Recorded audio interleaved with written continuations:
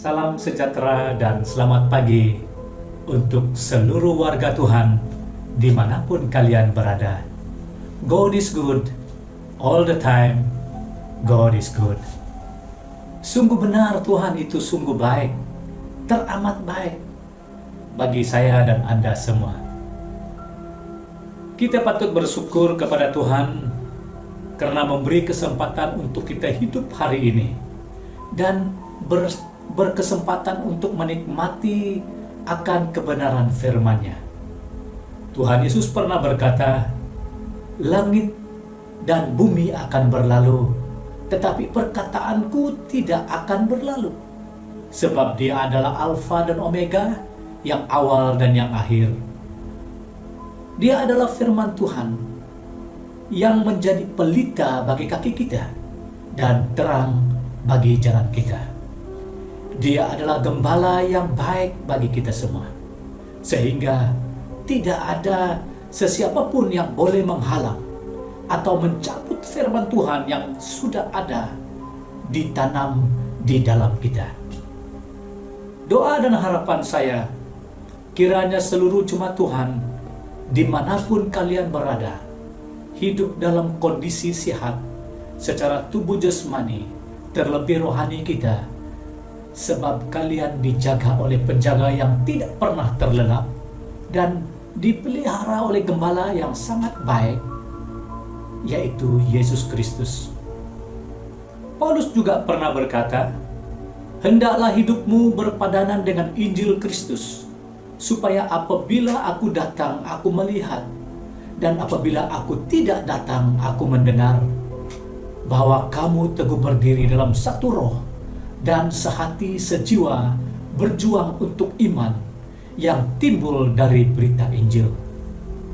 Dengan kesempatan ini, saya ingin membawa kita belajar mengenai beberapa nasihat Paulus kepada jemaat dan pemimpin yang berada di kota Filipi, yaitu di mana inti suratnya terkandung kata-kata nasihat dan permintaan yang merupakan perintah yang sungguh relevan untuk kondisi saya dan Anda sekarang ini. Mari kita membuka Alkitab kita dalam Filipi pasal 4 ayat 1 sampai yang keempat. Filipi pasal 4 ayat 1 sampai yang keempat. Dan saya ingin mengajak kita membaca ayat ini bersama-sama. 1, 2, 3. Karena itu, saudara-saudara yang kukasihi dan yang kurindukan, sukacitaku dan mahkotaku, berdirilah juga dengan teguh dalam Tuhan, hai saudara-saudaraku yang kekasih. Yudia kukasihi dan Sintike kunasihati, supaya sehati sefikir dalam Tuhan. Bahkan ku minta kepadamu juga Sunsugos, temanku yang setia. Tolonglah mereka, karena mereka telah berjuang dengan aku dalam perkabaran Injil, bersama-sama dengan Clemens dan kawan-kawanku sekerja yang lain, yang nama-namanya tercantum dalam kitab kehidupan. Bersukacitalah senantiasa dalam Tuhan. Sekali lagi kukatakan, bersukacitalah. Dari teks pembacaan ini, saya memetik satu topik, yaitu berusaha di dalam Tuhan. Kata berusaha memberi maksud bekerja dengan giat untuk mencapai, untuk melaksanakan, ataupun untuk menyempurnakan, yaitu di mana kita dikehendaki untuk berusaha melaksanakan sesuatu yang seharusnya dikerjakan dalam Tuhan. Paulus mengatakan, apa yang aku lakukan adalah aku terus berusaha ke arah matlamat untuk mendapatkan ganjaran, yaitu panggilan Allah ke surga dalam Kristus Yesus. Ungkapan dalam Tuhan pula telah disebut 3 kali dalam ayat 1 sampai 4. Di sini Paulus menggambarkan suatu hubungan yang sangat dekat antara jemaat dan Kristus Yesus. Rasul Paulus menulis surat ini yaitu untuk meyakinkan jemaat tentang keberhasilan maksud Allah dalam hukuman penjaranya. Juga menenangkan jemaat bahwa utusan mereka yaitu Epaphroditus telah menunaikan tugasnya dengan setia dan tidak kembali kepada mereka sebelum waktunya, dan untuk mendorong mereka untuk maju agar mengenal Tuhan dalam persatuan, kerendahan hati, persekutuan, dan damai sejahtera. Lebih spesifik lagi, tujuan surat ini adalah supaya orang Kristen mengerti pentingnya pemeliharaan terhadap persekutuan dan kesatuan dengan Kristus sebagai Tuhan dan Rajanya, sehingga Injil dapat disebarluaskan. Rasul Paulus memulai pasal 4 dengan mengajak orang Filipi berusaha untuk hidup sungguh-sungguh percaya kepada Tuhan. Kemudian dia membahaskan tentang sikap saling bersehati yang menjadi salah satu topik penting dari surat ini. Untuk menekankan sikap bersehati ini, Rasul Paulus mengajak 2 wanita supaya mereka berdamai. Dalam ayat 4, Rasul Paulus kembali mengajak orang-orang di Filipi untuk bersukacita atau bergembiralah. Demikianlah Rasul Paulus menyampaikan tentang apa yang harus dilakukan oleh orang-orang percaya dan para pemimpin di Filipi. Di sini ada 3 perintah singkat yang berbicara mengenai 3 relasi atau hubungan kita yang harus diusahakan dengan kekayaan yang ada dengan kita, yang kita miliki di dalam Kristus. Dengan melihat ketiga hal ini di dalam perspektif Tuhan dan mengalami semuanya di dalam segala kelimpahan yang Tuhan berikan kepada kita. Saudara yang dikasihi Tuhan, apakah perintah Paulus yang perlu kita usahakan di dalam Tuhan? Yang pertama, yang kita petik daripada ayat yang pertama, yaitu berdiri teguh dalam Tuhan. Di sini Rasul Paulus menyapa saudara-saudara yang kukasihi, yang kucintai, yang kurindu, atau hatiku sangat rindu akan kalian. Ungkapan hati Paulus, sukacitaku atau yang membuat hatiku gembira, dan mahkotaku, atau yang merupakan kemenanganku, atau kalian merupakan kebanggaanku. Di sini Paulus menyapa mereka dengan serangkaian ungkapan yang memperlihatkan bahwa dia sungguh-sungguh mengasihi mereka, bahkan sehingga mereka dianggap mempunyai pertalian saudara ataupun keluarga. Itulah rahasia yang perlu diungkapkan supaya dunia tahu bahwa kita adalah umat Tuhan, bahwa kita adalah sebuah keluarga yang hidup bersatu di dalam Kristus Yesus. Paulus memakaikan kiasan yaitu berdirilah juga dengan teguh dalam Tuhan, bertujuan untuk menguatkan jemaat di Filipi supaya mereka tetap percaya kepada Tuhan dan jangan sekali-kali menyerah. Di sini kata berdiri teguh ataupun berdiri dengan teguh memberi maksud bahwa kita selalu siap sedia dan berdiri dengan penuh semangat serta keteguhan hati. Kita tidak berdiri dengan santai, melainkan memiliki sikap selalu siap sedia dalam mengiringi Tuhan, yaitu dengan berjaga-jagalah, berdirilah dengan teguh dalam iman, bersikaplah sebagai laki-laki, dan tetaplah kuat.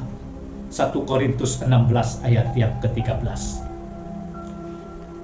Kita juga harus tetap setia dan tidak menyimpang sewaktu di tengah-tengah menghadapi berbagai serangan yang datang dari luar maupun ajaran palsu dari kalangan jemaat di Filipi. Saudara, hari-hari ini kita menghadapi berbagai situasi dan keadaan yang boleh menjadi cobaan, dugaan, kekurangan, maupun kelemahan. Boleh jadi serangan yang membuat hidup kita tercabar dan teraniaya. Malahan tanpa kita menyadari timbul ajaran palsu ada di tengah-tengah kita yang disebar dengan begitu licik, yang mampu membuat kita sesat. Apatah lagi hari-hari terakhir ini, berbagai peristiwa yang berlaku tanpa diduga. Paulus telah mengingatkan jemaat di Filipi, bahkan untuk saya dan Anda, agar kita berdiri teguh di dalam kebenaran firman Tuhan dan menjadikan firman Tuhan itu dasar hidup kita. Jangan kita melarikan diri dan menyerah, tetapi hadapi semuanya dengan tenang, sebab Kristus ada di dalam kita dan kita ada di dalam Dia. Dia juga umpama pohon dan kita adalah ranting-rantingnya. Dan ranting-ranting yang tetap tinggal di dalam pohonnya pasti berbuah lebat. Jangan ragu-ragu dalam percaya dan ikut Tuhan, atau jangan sampai kita jatuh lagi. Tetapi jika kita hidup bersekutu dengan Tuhan, atau hidup dengan sungguh-sungguh percaya kepada Tuhan, pastinya kita hidup tanpa menyerah, tanpa mengalah, tetapi menghadapinya dengan tenang dan beroleh hidup berkemenangan sebab Kristus di pihak kita. Yang kedua, sehati sefikir dalam Tuhan. Kita petik daripada ayat yang kedua dan yang ketiga. Sehati sefikir secara harfiah berarti memikirkan hal yang sama atau mempunyai pikiran yang sama, yang menggambarkan suatu hubungan yang harmonis.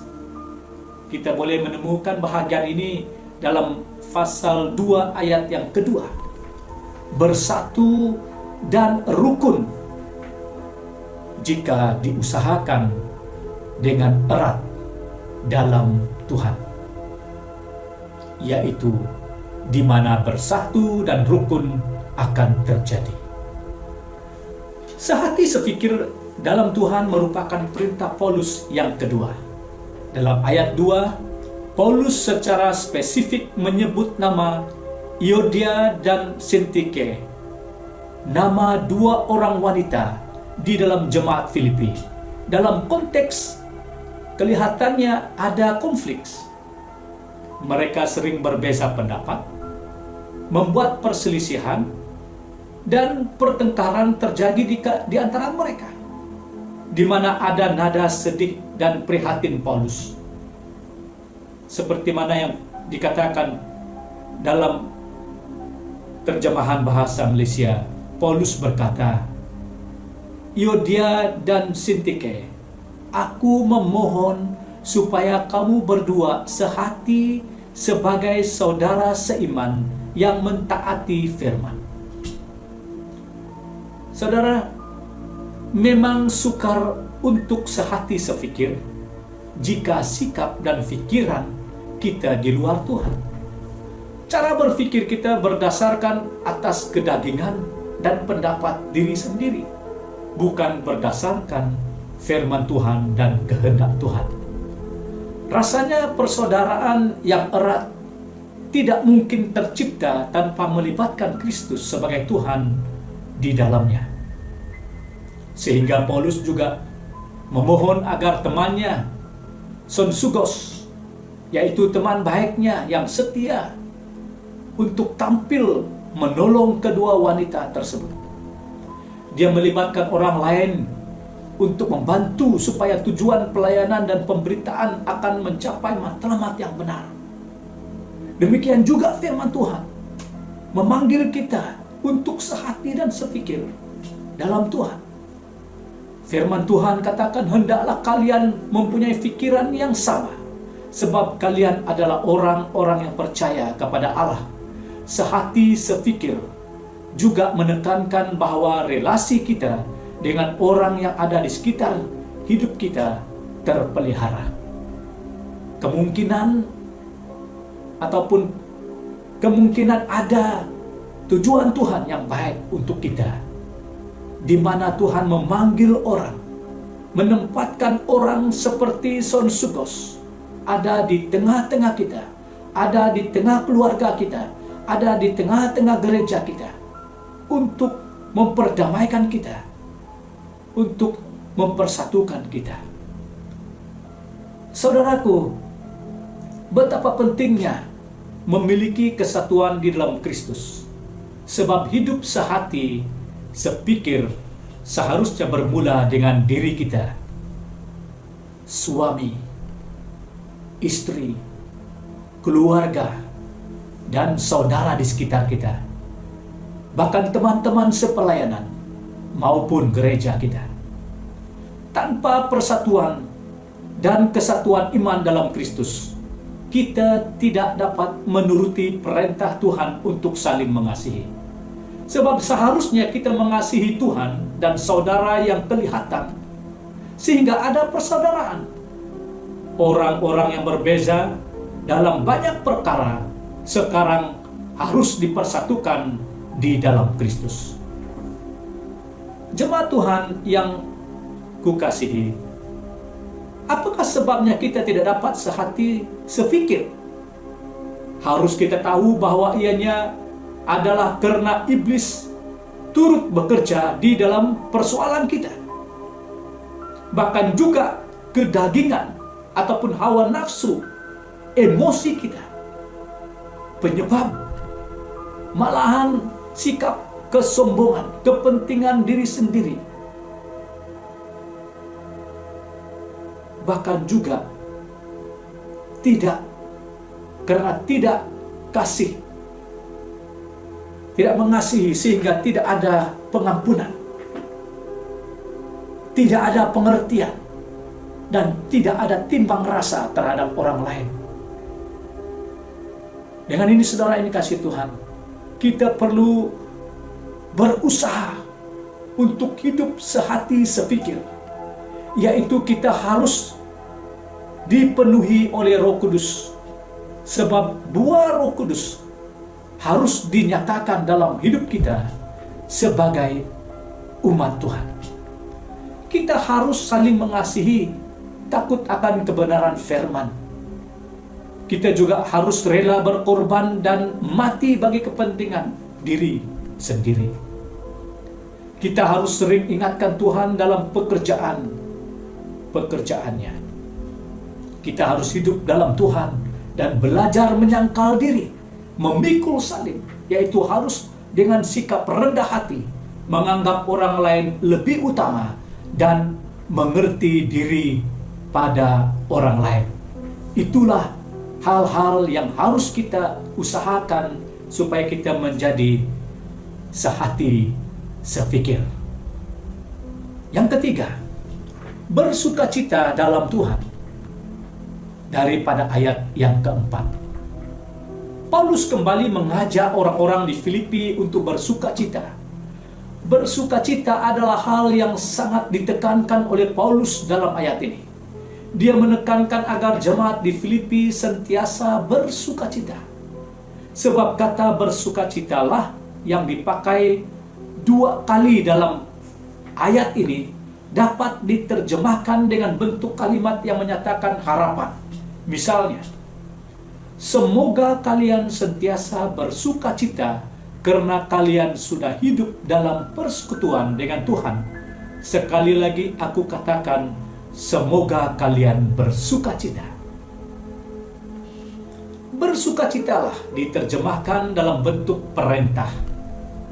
Sedangkan bersukacita yang kedua terjemahkan dalam bentuk menyatakan harapan. Bersukacitalah sentiasa karena kalian sudah hidup bersatu dengan Tuhan. Sekali lagi kukatakan, semoga kalian bersukacita. Bersukacita dalam Tuhan adalah mengisahkan bagaimana relasi kita dengan diri kita sendiri, relasi kita dengan hati kita. Ada satu perasaan yang harus sentiasa ada dan perlu dengan puas diri, yaitu bersukacita senantiasa. Kita sudah hidup bersatu dengan Kristus. Karena itu kita layak hidup bersukacita atau bergembira. Bagaimanakah caranya agar kita dapat sentiasa bersukacita? Kata kunci di sini adalah dalam Tuhan. Sebab di luar Tuhan mustahil kita dapat sentiasa bersukacita ataupun bersukacita senantiasa. Saudara, kebahagiaan manusia bukan terletak pada harta benda, bukan terletak pada kesenangan duniawi, bukan terletak dengan kedudukan, kekayaan, dan sebagainya. Sekurang-kurangnya ada 4 cara untuk bersukacita di dalam Tuhan. Kita melihat di dalam Filipi pasal 4 ayat yang ke-6 sampai yang ke-7, yaitu beriman. Untuk bersukacita dalam Tuhan, yang pertama adalah beriman. Janganlah kamu khawatir tentang apapun juga, tetapi nyatakanlah dalam segala hal keinginanmu kepada Allah dalam doa dan permohonan, dengan ucapan syukur damai sejahtera Allah yang melampaui segala akal akan memelihara hati dan pikiranmu dalam Kristus Yesus. Orang yang bersukacita dalam Tuhan adalah orang yang hidupnya bersandar dan berharap kepada Tuhan, sebab dia tahu bahwa Tuhan berkuasa dan mengasihinya. Jadi Tuhan mampu melakukan segalanya dan akan memberi yang terbaik kepadanya. Dan dia hidup damai, sebab dia tahu siapakah yang memelihara hidupnya.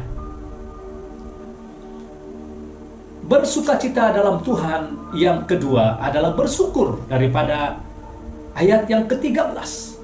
Pasal 4 ayat yang ke-13 berkata, aku tahu apa itu kekurangan, dan aku tahu apa itu kelimpahan. Dalam segala hal dan dalam segala perkara tidak ada sesuatu yang merupakan rahasia bagiku, baik dalam hal kenyang maupun dalam hal kelaparan, baik dalam hal kelimpahan maupun dalam hal kekurangan. Segala perkara dapat kutanggung di dalam Dia yang memberi kekuatan kepadaku. Puji Tuhan. Orang yang bersukacita menerima seadanya kehidupannya, sebab ia tahu bahwa Tuhan memberi tepat dan sesuai dengan rencananya yang terbaik. Ia belajar menerima rencana Tuhan dalam hidupnya dan bergantung pada kekuatan Tuhan untuk memampukannya menerimanya. Saudara yang dikasihi Tuhan, hal yang ketiga yang membuat kita bersukacita dalam Tuhan adalah baik hati. Daripada ayat yang ke-5, hendaklah kebaikan hatimu diketahui oleh semua orang, Tuhan sudah dekat. Orang yang bersukacita adalah orang yang baik hati. Ia murah hati sebab ia tahu bahwa apapun yang ada padanya merupakan pemberian Tuhan.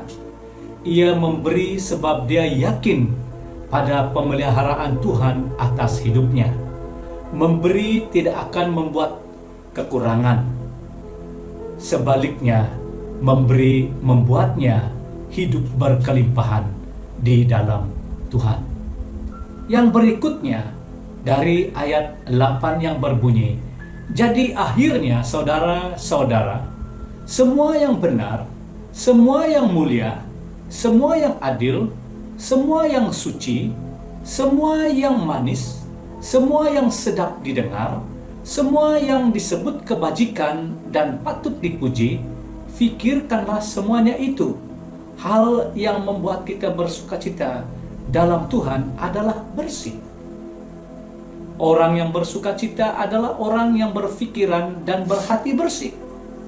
Ia tidak mengisi benaknya dengan yang najis, sebaliknya ia mengisi pikirannya dengan muatan yang indah dan bersih. Dan apakah respon kita? Kita telah belajar untuk berdiri teguh di dalam Tuhan, sehati sepikir dalam Tuhan, dan mengalami sukacita, damai sejahtera dalam Tuhan. Jadi bagaimanakah dengan kita selama ini? Apakah kita menjalani hidup kita sesuai dengan nasihat dan perintah Paulus ini ataupun sebaliknya? Marilah kita menerima nasihat dan perintah ini dengan melakukannya, yaitu apa yang berkenaan bagi Tuhan, apa yang dikatakan oleh firman Tuhan, yaitu apa itu yang dikatakan benar, apa yang dikatakan mulia, apa yang dikatakan adil, apa yang dikatakan suci, yang manis, yang sedap didengar.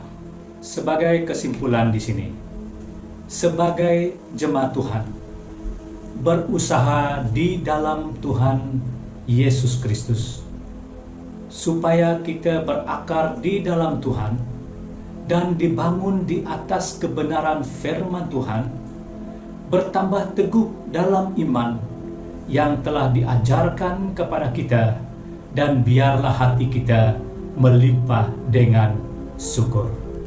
Sekian, Tuhan memberkati kita semua. Amin.